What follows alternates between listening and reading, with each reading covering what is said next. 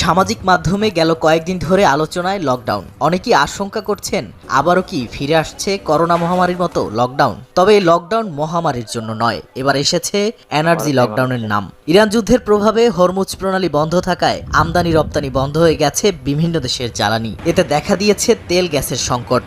মোকাবিলায় নেওয়া হচ্ছে নানা উদ্যোগ, তবে বিপাকে পড়ছেন সাধারণ মানুষ। শ্রীলঙ্কায় ব্যক্তিগত যানবাহনের মালিকরা নির্দিষ্ট করে সাপ্তাহিকভাবে পেট্রোল কিনতে পারছেন। মিয়ানমারে গাড়ির রেজিস্ট্রেশন অনুযায়ী অড ইভেন সিস্টেম চালু হয়েছে। বেশিরভাগ পেট্রোল পাম্পই বন্ধ। ভুটানে জেরিক্যান বিক্রি নিষিদ্ধ করা হয়েছে। স্লোভাকিয়া ও স্লোভেনিয়ায় সরকারি ক্রয়সীমা আরোপ করা হয়েছে। দক্ষিণ আফ্রিকা ও কেনিয়ায় শিল্প খাতে নিয়ন্ত্রিত জ্বালানি বরাদ্দ ব্যবস্থা চালু হয়েছে। পাকিস্তানের সরকারি কার্যালয়গুলোতে চলছে 4 দিনের কর্মসপ্তাহ। জ্বালানি বরাদ্দ কমানো হয়েছে 50%। ফিলিপিন্সে সিভিল সার্ভেন্টরা 4 দিনের কর্মসপ্তাহে কাজ করছেন। সীমিত করা হয়েছে অপ্রয়োজনীয় ভ্রমণও। লাওসের সরকারি কর্মচারীদের জন্য ওয়ার্ক ফ্রম হোম এবং রোটেশনাল শিফট বাধ্যতামূলক করা হয়েছে। ভিয়েতনামে রিমোট কাজ ও গণপরিবহন ব্যবহারে উৎসাহিত করা হচ্ছে।